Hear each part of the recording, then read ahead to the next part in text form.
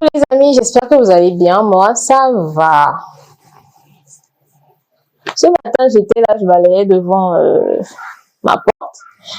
Et suite à un événement hier, j'ai eu une pensée dans la tête. Je me suis dit, waouh, quand tu vis coincé dans le passé, c'est quelque chose. Hein. Quand tu vis coincé dans le passé, c'est-à-dire, il y a eu un événement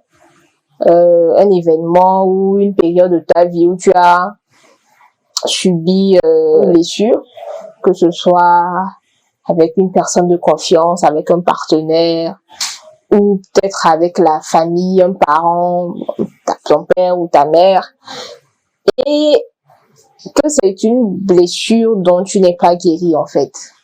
Tu es coincé là-bas, tout ce que tu fais, tous tes actes, tous tes mouvements sont par rapport à cela. Tellement que tu n'es même plus conscient qu'en fait, que toutes les décisions que tu prends sont par rapport à un truc du passé. Tu es coincé là-bas, tu n'arrives pas à avancer en fait.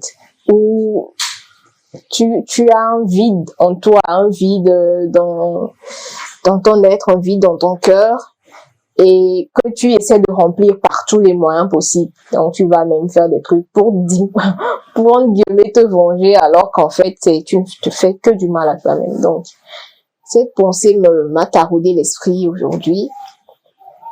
Ce matin-là, je me suis dit waouh, parce que moi j'ai été coincée dans cette bulle-là pendant environ 5 ans.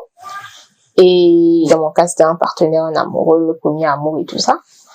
Vous allez me dire, ouais, c'est des trucs de filles ou bien c'est les esprits faibles ou des trucs comme ça. Mais c'est faux. Entre vous et moi, là, si on enlève l'hypocrisie, là, l'hypocrisie, là, qui est que, bon, l'homme noir ou bien un homme ou, bref, ce que vous voulez, n'a pas besoin de se confier fort et tout, et d'y traîner à des comme il c'est du mytho. Parce que ça nous range de l'intérieur et ça nous fait prendre des décisions qu'on regrette après, quoi. Donc, le conseil que j'aimerais donner à travers ce petit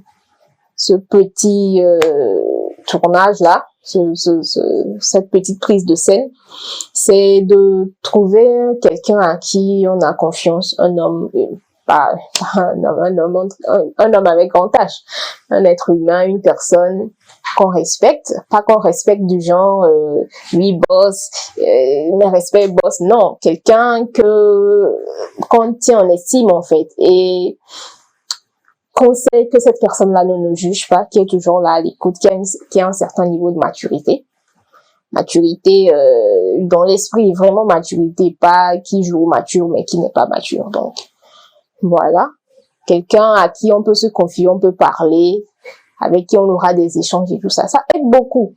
Ça aide beaucoup. Il y a beaucoup d'entre nous, on se dit qu'on va traverser les choses tout seul. On va pouvoir remonter la pente tout seul et tout.